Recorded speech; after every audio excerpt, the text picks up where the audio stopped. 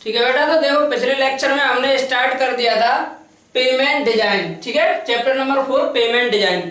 इसमें हमने देखा था कि there are different types of pavement. बेटा कई तरह के पेमेंट होते हैं, जैसे आपको देखा फ्लेक्सिबल पेमेंट, रिजिड पेमेंट, ठीक है, सेमी रिजिड पेमेंट, ठीक है, and then is composite pavement. तो हमने 4 तरह के पेमेंट थे, जिसमें आपको जो डिजाइन और डिटेल में जो पढ़ना है बेटा वो था हमारा फ्लेक्सिबल और रिजिड पेमेंट। ठीक है, उसके बाद जो सेमी रिजिड पेमेंट है और कंपोजिट पेमेंट है, उसमें हमें केवल ये देखना है कि वो क्या होते हैं। तो ऑब्जेक्टिव में क्वेश्चंस आ जाते हैं। ठीक है, कितने लेयर्स होते हैं और कब नाम दिया जाता है सेमी रिजिड और कब नाम दिया जाता है, ठीक है, कंपोजिट पेमेंट।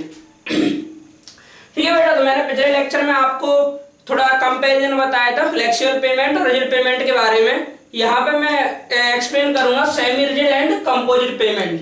ठीक है, तो इधर देखो ध्यान से बेटा, सेमी रिजिड पेमेंट। ठीक है, third one is semi rigid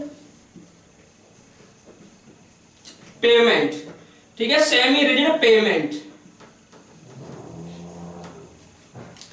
तो सेमी रिजिड पेमेंट में बेटा देखो इधर, अगर मैं बात करूं सेमी रिजिड पेमेंट को समझने से पहले देखो इधर हमें दोनों को समझते हैं। जैसे मैंने फ्लेक्सिबल पेमेंट में आपको क्या बताया था कि बेटा सबसे पहले आप एक सबग्रेड तैयार करोगे।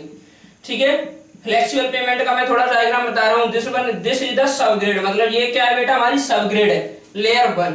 सबसे पहले आप सबग्रेड तैयार करोगे सॉइल की, उसके बाद फिर क्या बनाते हैं बेटा, सब बेस कोर्स। ठीक है, सब बेस कोर्स, शॉर्ट में मैंने इसको SBSC लिख दिया। सब बेस कोर्स किसका बनाते हैं, GSB का। उसके बाद क्या हम बेटा बेस कोर्स तैयार करते हैं। बेस कोर्स आपका WMM और WBM से तैयार करोगे। एंड उसके बाद हम क्या तैयार करते हैं बेटा, surface course. This is the, ठीक है, pictorial diagram of flexible payment, या उसकी लेयर्स मैंने यहाँ पे शो किए हैं कि जो फ्लेक्सिबल पेमेंट आप कंस्ट्रक्ट करोगे, ठीक है, उसमें कुछ इस तरह की लेयर्स होती है। ठीक है, 4 लेयर्स होती है, 1 2 3 और ये 4। अब बात कर रहे हैं, लेकिन हमें यहाँ क्या पढ़ना है, सेमी रिजिड पेमेंट। तो देखो यही से समझते हैं। ठीक है, देखो इस फ्लेक्सिबल पेमेंट में क्या था बेटा, ये कौन सा है, फ्लेक्सिबल पेमेंट। फ्लेक्सिबल पेमेंट, ठीक है, लेकिन हमें क्या पढ़ना है, सेमी रिजिड पेमेंट। तो सेमी रिजिड इसमें क्या है, देखो फ्लेक्सिबल पेमेंट अगर मैं देखूं बेटा, तो all these are materials are flexible. कहने का मतलब इसमें जितने मटेरियल आपको दिख रहे हैं, जैसे ये सॉइल को कॉम्पैक्ट करोगे, सॉइल है सम फ्लेक्सिबिलिटी। सब SBC मतलब सब बेस कोर्स किससे बनाओगे, GSB से, ये भी आपका फ्लेक्सिबल है। WBM इसमें भी फ्लेक्सिबिलिटी रहती है। ठीक है, और ये बिटुमिनस कंक्रीट, ये भी सरफेस कोर्स किससे बनाओगे, बिटुमिनस कंक्रीट से, वो भी फ्लेक्सिबल। तो कहने का मतलब लगभग सभी में क्या रहती है बेटा, फ्लेक्सिबिलिटी रहती है। अब मैं बात करता हूं सेमी रिजिड पेमेंट। तो बेटा यहां देखो ध्यान दो, जैसे ही आप सेमी रिजिड क्या कहलाता है, जब आप इस बेस कोर्स और सब बेस कोर्स को इस फ्लेक्सिबल पेमेंट के बेस कोर्स, ठीक है, तो this one is the subgrade, मतलब ये क्या है बेटा, सबग्रेड कोर्स, और बेस कोर्स और सब बेस कोर्स को दोनों को मिला के आप एक रिजिड पेमेंट मतलब किससे रिप्रेजेंट, किससे उसको वो कर दो बेटा, रिप्लेस पोजोलानिक कंक्रीट। बात करते हैं what is the पोजोलानिक concrete. पोजोलानिक concrete क्या होता है, ठीक है, कंक्रीट, पोजोलानिक कंक्रीट। तो पोजोलानिक कंक्रीट, और उसके बाद क्या आप बना दो बेटा, सरफेस कोर्स, बिटुमिनस कंक्रीट का सरफेस कोर्स। तो ये देखो, जब बेस कोर्स और सब बेस कोर्स का पोजोलानिक कंक्रीट से रिप्लेस कर देते हो फ्लेक्सिबल पेमेंट में, तो क्या होता है कि इस पेमेंट के रिस्पेक्ट में इसकी जो रिजिडिटी है वो क्या होती है, ज्यादा होती है। ठीक है, लेकिन अगर आप रिजिड पेमेंट से कंपेयर करते हो तो इसकी जो स्ट्रेंथ और रिजिडिटी वो क्या रहती है बेटा, कम रहती है। फ्लेक्सिबल पेमेंट से ज्यादा और रिजिड पेमेंट से कम, इसलिए इसका क्या नाम हो जाता है, सेमी रिजिड पेमेंट। ठीक है, नाम से क्लियर है, सेमी रिजिड। सेमी रिजिड का मतलब है हर इसमें लेयर तो रिजिड हो नहीं सकती, जैसा कि रिजिड उसमें होता है, ठीक है, पेमेंट में। तो ये देखो, अब इसकी जो स्ट्रेंथ है बेटा, क्योंकि देखो पोजोलानिक कंक्रीट बाइंडिंग मटेरियल इसमें प्रॉपर आ गया। पोजोलानिक कंक्रीट आप कैसे तैयार करोगे, इसको हम तैयार करते हैं लाइम प्लस फ्लाई एश, ठीक है, प्लस एग्रीगेट, ये सब मिक्सचर मिला के तो हमें क्या बनता है बेटा, पोजोलानिक कंक्रीट। तो ये जो 3 लेयर्स हैं, ठीक है, अब इसमें देखो 3 लेयर्स रह गई आपकी, तो 1 2 3 ये पूरा, तो ये कौन सा है, इसका जो डायग्राम बना है वो किसका है बेटा, सेमी रिजिड पेमेंट का। ये जो आप देख रहे हो डायग्राम, क्यों सेमी रिजिड बोला जाता है, क्योंकि इसकी जो स्ट्रेंथ या रिजिडिटी है वो फ्लेक्सिबल पेमेंट से ज्यादा और रिजिड पेमेंट से क्या होती है बेटा, कम होती है। ठीक है, इसलिए इसको क्या नाम दिया जाता है, सेमी रिजिड पेमेंट। ठीक है, तो आप इसी चीज को आप यहाँ लिख सकते हो। ठीक है, जो मैंने आपको एक्सप्लेन किया है वो सारी चीजों को आप यहाँ लिख सकते हो, नोट कर सकते हो। जैसे तो सेमी रिजिड पेमेंट क्या है बेटा, when base course and sub-base course are replaced by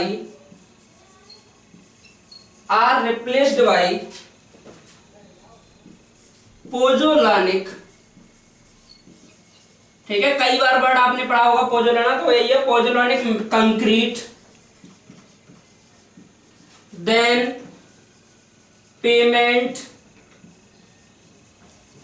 payment is called as, ठीक है, is called as semi rigid pavement. Semi rigid pavement. ठीक है, और अगर मैं बात करूं इसकी स्ट्रेंथ की, तो इसकी जो स्ट्रेंथ है, स्ट्रेंथ ऑफ, शॉर्ट में लिख देता हूं, semi rigid payment, SRP semi rigid payment is more than flexible pavement. ठीक है, flexible pavement and less than rigid payment।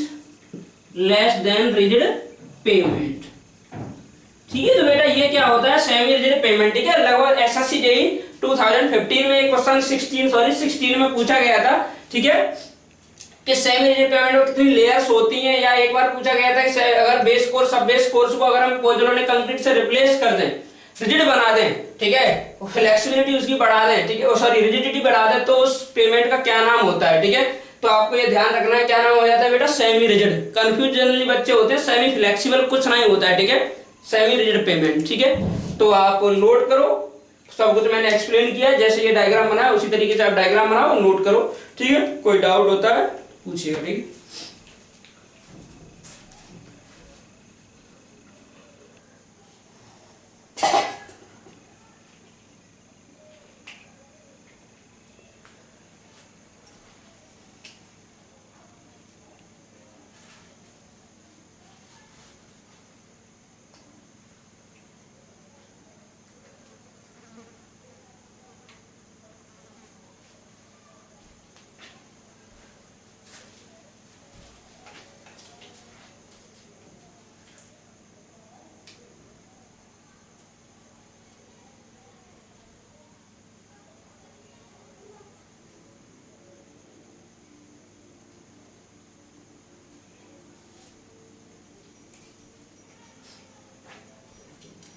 ठीक है बेटा, तो आपने नोट कर लिया होगा, और जिसने नोट नहीं किया है वो क्या करेगा, वीडियो पॉज करेगा। ठीक है, नोट करेगा। देखो इधर नेक्स्ट टॉपिक पे चलते हैं हम, कंपोजिट पेमेंट।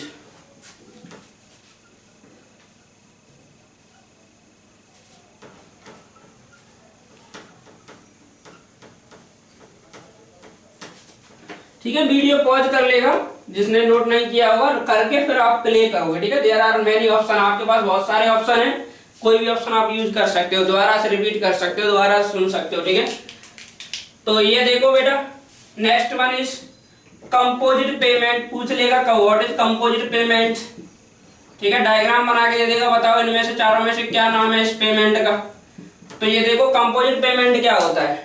ठीक है, देखो नाम से क्लियर है, कई बार आपको शो में पढ़ाया था strength of material, composite material वगैरह। तो कंपोजिट मटेरियल क्या होता है कि ऐसा मटेरियल जो दो या दो से अधिक मटेरियल से बनेगा। ठीक है, a material which consist to और मोर देन टू मटेरियल। ठीक है, तो यहाँ भी हमें दो मटेरियल कहने का मतलब कुछ नाम से यहाँ पे आ रहा है आइडिया कि रिजिड और फ्लेक्सिबल दोनों को कंपोजिट कर दिया जाए, ठीक है, तो क्या कहलाता है बेटा, कंपोजिट पेमेंट। जैसे हमने बनाया रिजिड पेमेंट कंक्रीट सीसी का, ठीक है, कंक्रीट सीसी का क्या बनाया बेटा, रिजिड पेमेंट। तो रिजिड पेमेंट में ढेर सारे, ठीक है, एडवांटेज होते हैं, स्ट्रेंथ ज्यादा होती है, ठीक है, कोई आपका जो भी डिफेक्ट होता है बॉटम लेयर का वो रिफ्लेक्ट नहीं कर पाता है, और हाई स्ट्रेंथ मिलती है, हाई स्पीड मिलती है। लेकिन इसमें क्या होता है कि टायर की बस्टिंग ज्यादा होती है, ठीक है, कहने का मतलब टायर को ज्यादा खाता है रिजिड पेमेंट। और फ्लेक्सिबल पेमेंट में ग्रिपिंग अच्छी बनती है बेटा टायर की, ठीक है। तो उस ग्रिपिंग वगैरह को बढ़ाने के लिए हम क्या करते हैं, बिटुमिनस कंक्रीट और proper skid smooth surface provide कराने के लिए हम क्या करते हैं, इसके ऊपर बिटुमिनस कंक्रीट की लेयर्स वगैरह क्या करते हैं, ठीक है, चढ़ा देते हैं सीमेंट कंक्रीट के ऊपर, जैसा आप एक्सप्रेस वे वगैरह में देखोगे, ठीक है। तो ये क्या है, बिटुमिनस कंक्रीट, और ये क्या, सीमेंट कंक्रीट रोड। तो जब सीमेंट कंक्रीट या रिजिड पेमेंट के ऊपर बिटुमिनस कंक्रीट की लेयर, ठीक है, आप लगा देते हो, तो उस पेमेंट का नाम क्या हो जाता है बेटा, कंपोजिट पेमेंट, ठीक है। कंपोजिट क्यों, दो ही देखो, रिजिड और ये फ्लेक्सिबल पेमेंट, तो इन दोनों से मिलकर बनता है हमारा कंपोजिट पेमेंट। तो आप इसको आप डिफाइन कर सकते हो कि व्हेन टॉप लेयर, या ऐसे कह सकते हो व्हेन बिटुमिनस कंक्रीट, ठीक है, बिटुमिनस कंक्रीट, इसको आप बहुत एक्सप्लेन करेंगे डिटेल में हाईवे मटेरियल में। When bituminous concrete layer is provided at top of cement concrete pavement या सीमेंट कंक्रीट लेयर, ठीक है, इसके ऊपर अगर ये आपने प्रोवाइड किया है, then pavement is known as composite pavement, ठीक है, कंपोजिट पेमेंट।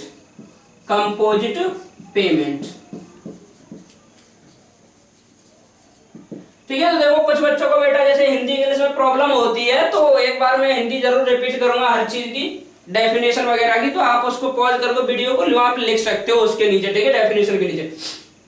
तो कंपोजिट पेमेंट देखो नाम से क्लियर है, कंपोजिट वर्ड कई बार बताया कि दो या दो से अधिक मटेरियल से मिलकर बना होना चाहिए। तो कौन सा होता है बेटा कंपोजिट पेमेंट, कि जब सीमेंट कंक्रीट की लेयर के ऊपर, ठीक है, हम बिटुमिनस कंक्रीट की लेयर अप्लाई करते हैं, तब जो हमारा पेमेंट बनता है उसका नाम क्या होता है, कंपोजिट पेमेंट, ठीक है। इसी चीज को आप पॉज करके दोबारा से रिपीट करके सुन सकते हो, लिख सकते हो हिंदी इंग्लिश दोनों में, ठीक है। तो नोट करो इसको, फिर आगे चलते हैं।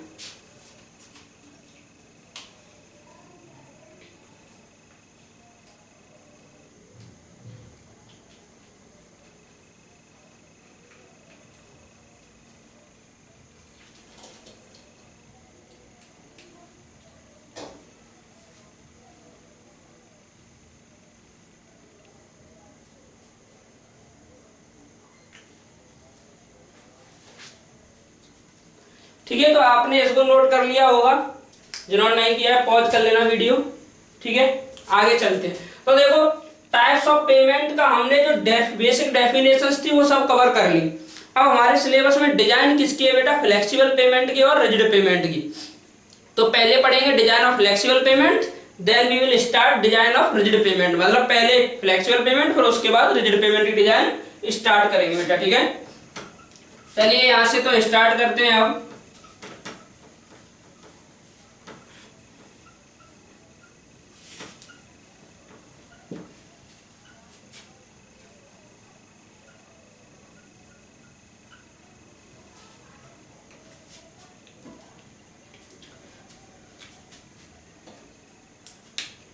ठीक है, तो ए पार्ट में हम देखते हैं डिजाइन ऑफ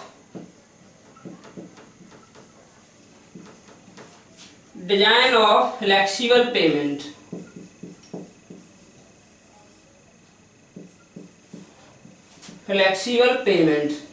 तो देखो बेटा किसी की डिजाइन फ्लेक्सिबल पेमेंट हो चाहे रिजिड पेमेंट हो, तो डिजाइन में कुछ पैरामीटर्स यूज होते हैं, ठीक है, डिजाइन पैरामीटर्स। तो उन पैरामीटर्स की सबसे पहले बात करते हैं, क्योंकि वो बार बार वो पैरामीटर्स आएंगे, ठीक है, थिकनेस वगैरह कैलकुलेट करने में कि कितनी थिकनेस होगी उसमें वो पैरामीटर्स यूज होंगे। तो सबसे पहले मैं बात करता हूं डिजाइन पैरामीटर्स की, ठीक है, डिजाइन पैरामीटर्स।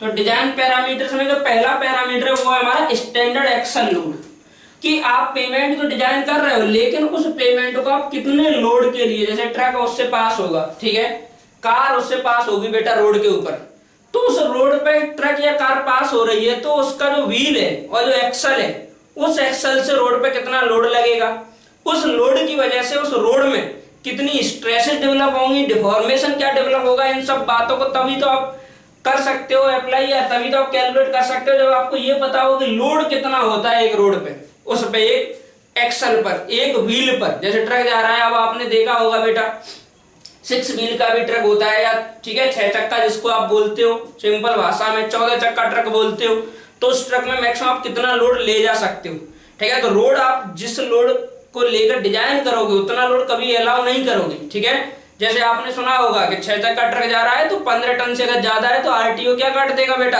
उस पर चार्ज लगा देगा, ठीक है। तो आरटीओ पकड़ लेगा अगर 15 टन से आप ज्यादा लेके जा रहे हो तो वही चीज यहाँ पे कि आप जब रोड को डिजाइन करोगे तो एक एक्सल पे कितना लोड लेके डिजाइन करोगे, एक व्हील पे कितना लोड लेके डिजाइन करोगे। तो आईआरसी कुछ नॉर्म्स हैं, उन्हीं नॉर्म्स को हम ये डिजाइन पैरामीटर्स में पढ़ेंगे, ठीक है। तो देखो डिजाइन पैरामीटर्स में पहला है हमारा स्टैंडर्ड एक्सल लोड। क्या है बेटा, स्टैंडर्ड एक्सल लोड। तो स्टैंडर्ड एक्सल लोड को बेटा हम जो जनरली डिनोट करते हैं वो किससे डिनोट करते हैं, कैपिटल एल से, ठीक है। तो आईआरसी के जो पुराने कोड थे, ठीक है, 1980, ठीक है, और उसके बाद कई कोड आए, 12 में आया, 18 में आया, ठीक है। तो जो पुराने कोड में पहले हम जो स्टैंडर्ड एक्सल लोड लेते थे, सबसे पहले ये देख लो एक्सल क्या होता है। जैसे मैंने लिख दिया एक्सल लोड, तो इसका क्या मतलब है, क्या एक टायर का लोड है, ठीक है, क्या 2 टायर का लोड है, 4 टायर का लोड है, क्या है एक्सल लोड। तो एक्सल का मतलब क्या है कि बेटा एक शाफ्ट आप देखोगे ट्रक वगैरह हर कार वगैरह सब में रहेगी, एक शाफ्ट रहती है, उस शाफ्ट के एंड में ऐसे व्हील लगे होंगे, व्हील का अरेंजमेंट रहेगा, ठीक है। तो इस पूरे असेंबली को व्हील प्लस शाफ्ट को क्या बोला जाता है, एक्सल बोला जाता है। तो इस पूरी एक्सल पे आने वाले लोड को क्या माना जाता है, स्टैंडर्ड एक्सल लोड। अब आपको एक व्हील पर लोड निकालना है तो क्या करोगे, उसका आधा कर दो, क्योंकि 2 व्हील पर लोड पूरा एक्सल लोड कहलाता है, एक व्हील पे निकालना है तो क्या कर दोगे, हाफ कर दोगे। अब कभी कभी डुअल व्हील असेंबली होती है, आपने देखा होगा ट्रक में यहाँ पे 2 टायर इधर लगे, 2 टायर इधर लगे एक ही एक्सल पे, ठीक है। जनरली आप देखते हो जब 6 चक्का ट्रक होता है तो फ्रंट एक्सल में कितने टायर होते हैं, 2 टायर होते हैं, रियर एक्सल में कितने होते हैं, 4 टायर होते हैं, ठीक है। तो अभी मैं एक्सल की बात कर रहा हूँ, तो एक्सल क्या होता है, व्हील प्लस शाफ्ट असेंबली को क्या बोला जाता है बेटा, एक्सल, ठीक है। तो इधर देखो, तो एक्सल लोड जो स्टैंडर्ड पहले लिया जाता था बेटा सबसे पहले, तो बताया गया एक्सल लोड हम लेते थे 8170 केजी, जब केजी में हम लेते थे तो कितना होता है एक्सल लोड 8170, ठीक है, 8170 किलोग्राम। उसके बाद कोड आया, उसने कहा कि आप इसको टन में यूज करो, तो टन में यूज करने क्या बताया, 8.2 टन एक एक्सल पे, कितना 8.2 टन। ये वाला एक्सल के 2 टायर और एक शाफ्ट, ठीक है। इस वाले एक्सल पे कितना हमें बताया गया था, कितना हम डिजाइन मान के डिजाइन करते हैं रोड को बेटा 8.2 टन, ठीक है। लेकिन हम अलाउ कितना करते हैं उस पे चलने के लिए, ट्रक वगैरह को कितना अलाउ करते हैं, केवल 6 टन, ठीक है। इधर देखो नेक्स्ट जो हमारा रिसेंटली कोड आया है आईआरसी 37-2018, उसने कहा है कि आप केजी और टन में उसने एक्सप्रेस नहीं किया, उसने किया है कि आप कितना लोगे 80 किलो न्यूटन, ठीक है। तो एक्सल लोड हम कितना लेते हैं बेटा 80 किलो न्यूटन। और यहीं पर अगर आप व्हील लोड की बात करोगे, जैसे ये टायर कोई व्हील है और इस रोड पे है, तो एक व्हील पे कितना लोड आएगा बेटा, उसको जनरली हम जो डिनोट करते हैं व्हील लोड, जब आप एक टायर के लोड की बात करोगे तो उसको पी, कैपिटल पी से डिनोट करते हैं। तो ये पी है, पी द व्हील लोड। तो आप इस सब बातों को समझना, क्योंकि जब मैं व्हील पी लिखूंगा तो व्हील लोड है, एल लिखूंगा तो क्या स्टैंडर्ड एक्सल लोड है, ठीक है। डिजाइन करना नहीं दिया है तो आप क्या लेके चलोगे, स्टैंडर्ड वैल्यू लेके चलोगे। इसीलिए आपको ये पढ़ाया जा रहा है कि आपको आगे क्वेश्चन सॉल्व करने हैं, ठीक है बेटा। और आपको ये वैल्यू नहीं दी है पी, तो आप पता होना चाहिए कि पी का मान कितना लेना है, ठीक है। तो अब देखो P का निकालना है तो कितना हो जाएगा बेटा, P equals to 40 kilo newton. इतना मान के आप क्या करोगे, डिजाइन करोगे। ठीक है, तो this is the first parameters, और कह सकते हो कि हमारा ये पहला डिजाइन पैरामीटर है स्टैंडर्ड एक्सल लोड। ठीक है, तो आप बना लीजिए इसी तरीके से। This is the axle, axle is the assembly of shaft and wheel. ठीक है, और कह सकते हो एक्सल क्या है, शाफ्ट और पहियों का कॉम्बिनेशन होता है। ठीक है, तो इसको आप नोट कर लीजिए। ठीक है, मेरे एक एक पैरामीटर्स आगे चलते हैं।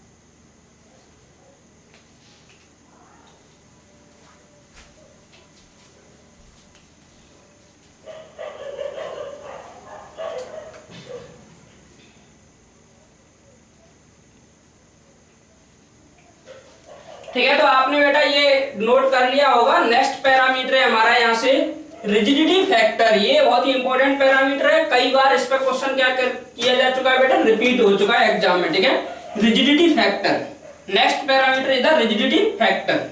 ठीक है, तो रिजिडिटी फैक्टर देखो बेटा, समझते हैं उसको, हर तरह से समझेंगे। उसका फिजिकल सिग्निफिकेंस क्या है, पहले डेफिनेशंस वगैरह में लिख देता हूं, फिर फिजिकल सिग्निफिकेंस समझेंगे, प्रैक्टिकल उसका क्या मतलब है, रिजिडिटी फैक्टर। ठीक है, तो ये rigidity factor is denote as RF. ठीक है, आरएफ से हम इसको डिनोट करते हैं बेटा। ठीक है, तो अगर इसको हम डिफाइन करें तो it is defined as ratio of contact pressure divide by tyre pressure. Contact pressure, दोनों नए वर्ड आपको दिख रहे हैं, मैं अभी चर्चा करूंगा दोनों पे। Contact pressure, we will discuss both term in details. ठीक है, contact pressure and tyre pressure, contact pressure to tyre pressure, tyre pressure.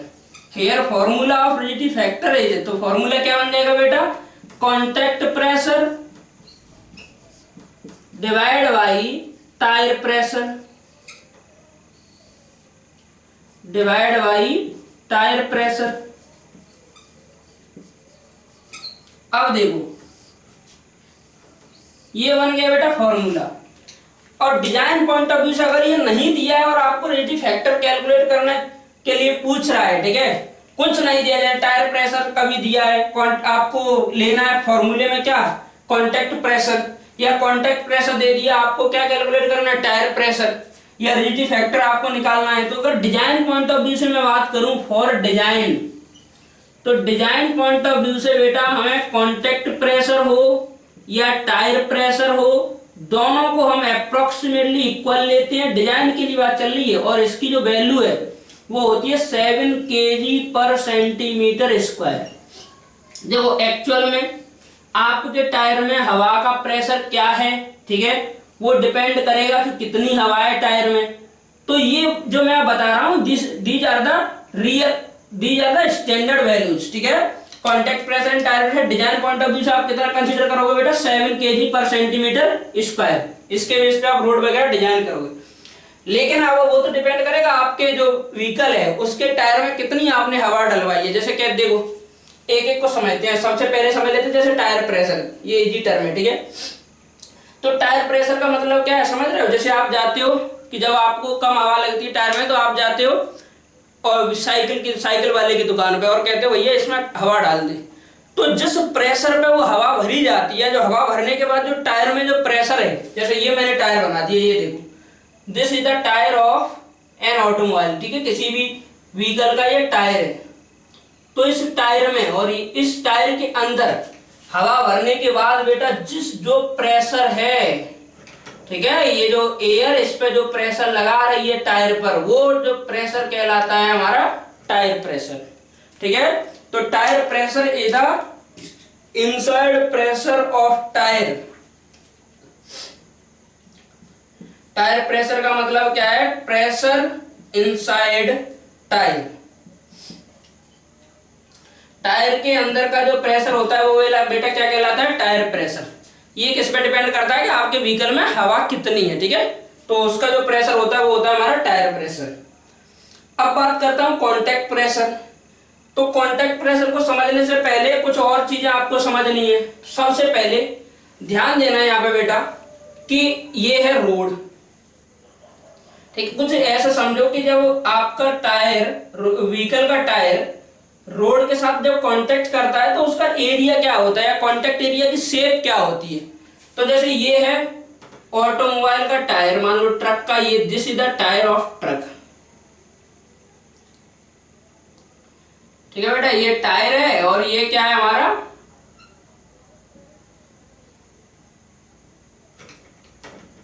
ठीक है। तो ये, तो अगर आप देखोगे रियल में कांटेक्ट एरिया, और ये देखो टायर का सरफेस जितना इस रोड के साथ एक कांटेक्ट कर रहा है उसको क्या बोला जाता है बेटा? Contact area.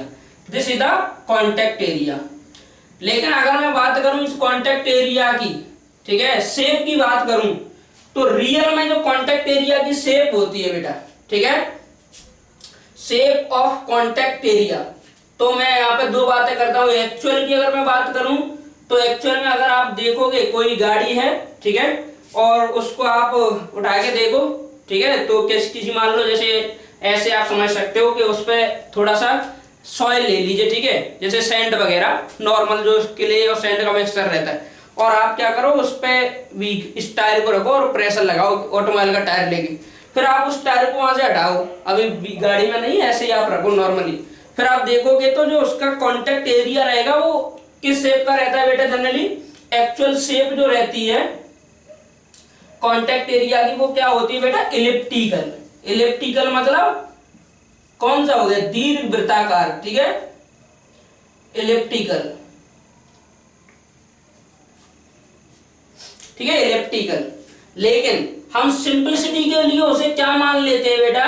कि सिंपलिसिटी के लिए हम मान लेते हैं कि जो टायर और रोड के साथ जो कांटेक्ट बन रहा है उस एरिया की जो शेप होती है हम क्या मान लेते हैं? सर्किल। कैलकुलेशंस क्या हो जाती है बेटा? हमारी इजी हो जाती है, ठीक है। तो अब देखो, अगर मैं कहीं जो कांटेक्ट एरिया है उसको हम किससे डिनोट करते हैं? जनरली कैपिटल ए से। तो कहीं भी मैं कैपिटल ए लिख रहा हूं, इसका मतलब है कांटेक्ट एरिया कितना है रोड और टायर के बीच में, ठीक है। लेकिन अब बात आएगी ए, क्योंकि ये तो इलिप्टिकल है एक्चुअल, और हम बात करेंगे रेडियस वगैरह की, रेडियस ऑफ कांटेक्ट एरिया, तो उसी इलिप्टिकल को हम एज्यूम क्या कर लेते हैं? सर्कुलर। एज्यूम क्या कर लेते हैं बेटा? Circular shape. तो ये हो गया सर्कुलर शेप। तो इसकी रेडियस मैंने मान लो दिखा दी स्मॉल ए से, तो जहां भी मैं स्मॉल ए की बात करूंगा वो क्या होगी? Radius of contact area. Radius of contact area, ठीक है, रेडियस ऑफ कांटेक्ट एरिया। अब इस कैलकुलेट कैसे करोगे बेटा रेडियस को? क्योंकि रियल में कैसा है? इलिप्टिकल। एज्यूम क्या किया है? सर्कुलर, ठीक है, सर्कल से, ठीक है, सर्कुलर कह सकते हो, सर्कल कह सकते हो, ठीक है। तो अब बात आएगी यहाँ पे जो रियल एक्चुअल में हमारा कांटेक्ट एरिया क्या था? कैपिटल ए, और हमें ये निकालनी है स्मॉल ए। तो कैपिटल ए क्या है? एरिया ऑफ कांटेक्ट, और स्मॉल ए क्या है? रेडियस ऑफ, इसके इक्विवेलेंट जो हमने सर्कुलर माना है। तो क्या हो जाएगा? इसका एरिया कितना हो जाएगा? Pi a square. तो यहां से आप क्या निकाल सकते हो बेटा? Small a. तो स्मॉल ए क्या आ जाएगा यहां से? Under root a divide by pi, ठीक है। तो इस तरीके से कैपिटल ए लिख रहे हैं तो वो कांटेक्ट एरिया कहलाता है बेटा, और स्मॉल ए लिख रहे हैं तो वो रेडियस ऑफ कांटेक्ट एरिया, और वो किसकी रेडियस है?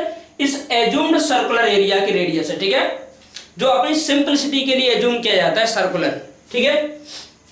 तो कभी भी फॉर्मूला वगैरह लगाओ तो इलिप्टिकल के ना लगा के आप किसके लगाने हैं? ये एरिया का फॉर्मूला, ए कैपिटल ए बराबर पाई ए स्क्वायर। यहाँ पे ए क्या है? उस इक्विवेलेंट जो आपने एरिया एज्यूम किया है सर्कुलर के बराबर, ठीक है, उसकी रेडियस है ए, स्मॉल ए। कैपिटल ए क्या है? एरिया ऑफ कांटेक्ट, ठीक है।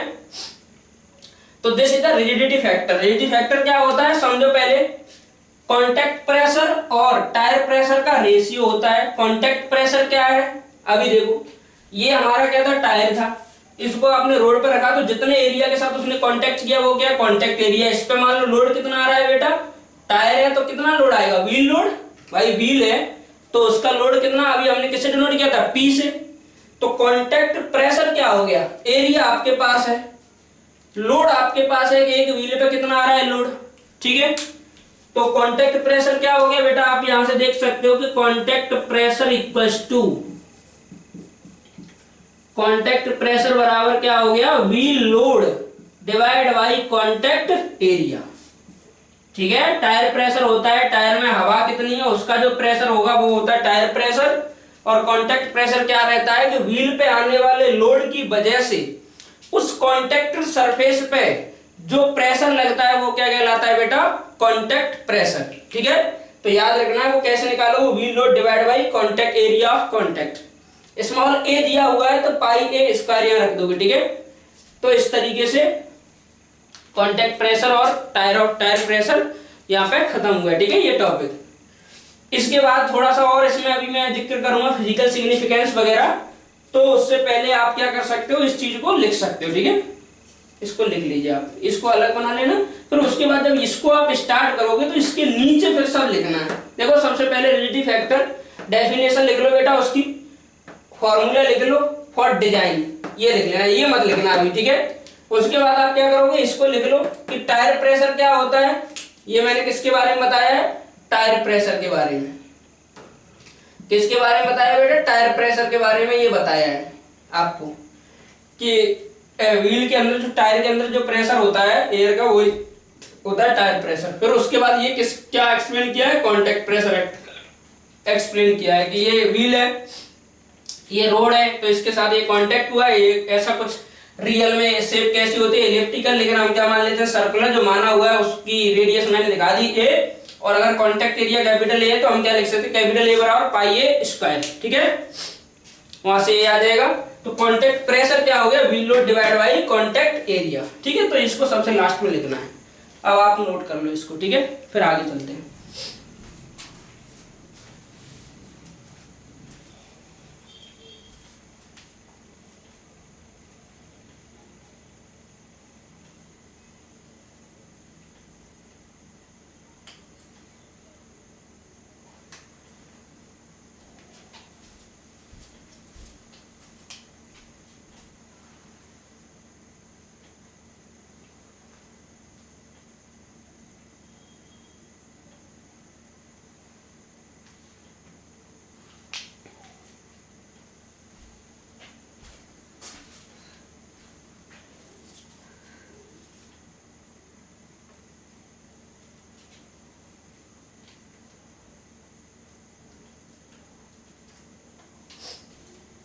ठीक है, तो आपने नोट कर लिया होगा, और अगर जो नोट नहीं कर पाया है तो वो क्या करेगा, पॉज करेगा बेटा, ठीक है, वीडियो फिर प्ले करेगा दोबारा। तो अभी मैं बात कर रहा था कि आपको इसका फिजिकल सिग्निफिकेंस को समझाता हूं, रिजिडिटी फैक्टर का फिजिकल सिग्निफिकेंस क्या है, ठीक है। तो इधर देखो ध्यान से, रिजिडिटी फैक्टर और टायर प्रेशर और कांटेक्ट प्रेशर के बीच में कुछ कंपैरिजन वगैरह आपको समझाता हूं इनको रिलेट करके, ठीक है। देखो इधर ये है, मैंने लिख दिया रिजिडिटी फैक्टर, ठीक है। This is the tyre pressure in unit ले लो केजी पर सेंटीमीटर स्क्वायर, जो आपका स्टैंडर्ड था, ठीक है। और this is the tyre contact pressure and unit is the KG पर सेंटीमीटर स्क्वायर, ठीक है। तो कुछ इस तरीके से आप समझो, ये बहुत ही ऑब्जेक्टिव में कई बार पूछा गया है कि रिजिडिटी फैक्टर अगर 1 है या 1 से कम है तो बताओ टायर प्रेशर और कांटेक्ट प्रेशर का क्या क्या पॉसिबिलिटी है, कितना कितना हो सकता है। तो देखो अगर रिजिडिटी फैक्टर 1 है, इसका मतलब रेशियो क्या होता है, इसका और इसका रेशियो, तो जाहिर सी बात है कि दोनों की वैल्यू कितनी होनी चाहिए बेटा, 7, तभी हमारा रिजिडिटी फैक्टर क्या हो सकता है, 1 हो सकता है रिजिडिटी फैक्टर। अब देखो आपने क्या है, टायर में बहुत ज्यादा हवा भर ली है और टायर का जो हवा का प्रेशर है वो क्या हो गया, 7 से ज्यादा हो गया, ठीक है। तो आपने फील किया होगा बेटा कि जब आप, जैसे आपने कभी साइकिल चलाई होगी तो आपने फील किया होगा कि अगर टायर का प्रेशर कम है तो आपको ज्यादा एफर्ट लगाना पड़ता है उसको चलाने के लिए, और अगर टायर का प्रेशर ज्यादा है, ठीक है, तो आपको उसके रिस्पेक्ट में कम एफर्ट लगाना पड़ता है। कहने का मतलब जो रिजिडिटी फैक्टर है ना, वो आपके एफर्ट को बताता है बेटा। जैसे मैंने लिखा कि रिजिडिटी फैक्टर 1 से ज्यादा है, तो इसका मतलब क्या है समझ रहे हो, रिजिडिटी फैक्टर 1 से ज्यादा कब हो सकता है, जब आपने टायर को डिजाइन प्रेशर से क्या किया है, ज्यादा कर दिया, ठीक है। सॉरी, रिजिडिटी फैक्टर आपका 1 से ज्यादा है, इसका मतलब क्या है बेटा, 1 से ज्यादा कब हो सकता है, जब टायर प्रेशर क्या हो जाए, कम हो जाए, मतलब हवा कम है, और हवा कम है तो आपको भी पता है कि मुझे ज्यादा एफर्ट लगाना पड़ेगा, और यहाँ फैक्टर भी क्या बता रहा है कि 1 से ज्यादा है, एक स्टैंडर्ड वैल्यू 1 से ज्यादा, मतलब आपको जितना लगाना चाहिए स्टैंडर्ड उससे ज्यादा एफर्ट लगाना पड़ेगा, कब, जब टायर प्रेशर आपका क्या होगा, स्टैंडर्ड प्रेशर से कम रखोगे तब, ठीक है।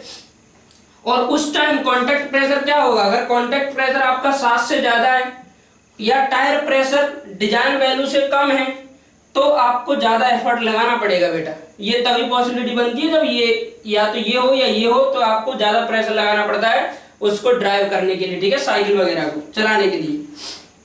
अब देखो, अगर मैं बात करूं कि rigidity factor less than 1, less than 1 का मतलब क्या है कि आपको जो स्टैंडर्ड एफर्ट लगाना चाहिए उससे भी आप कम एफर्ट में जा रहे हो साइकिल को लेके, वो कब हो सकता है, जब आपका टायर प्रेशर बेटा स्टैंडर्ड वैल्यू से क्या हो, ज्यादा हो, ठीक है। और अगर ये ज्यादा होता है और अगर या ये कम हो जाए कांटेक्ट प्रेशर 7 से, तो कांटेक्ट प्रेशर 7 से कम हो, टायर प्रेशर या 7 से ज्यादा हो, तो हमारा रिजिडिटी फैक्टर कितना निकल के आता है, 7 से कम।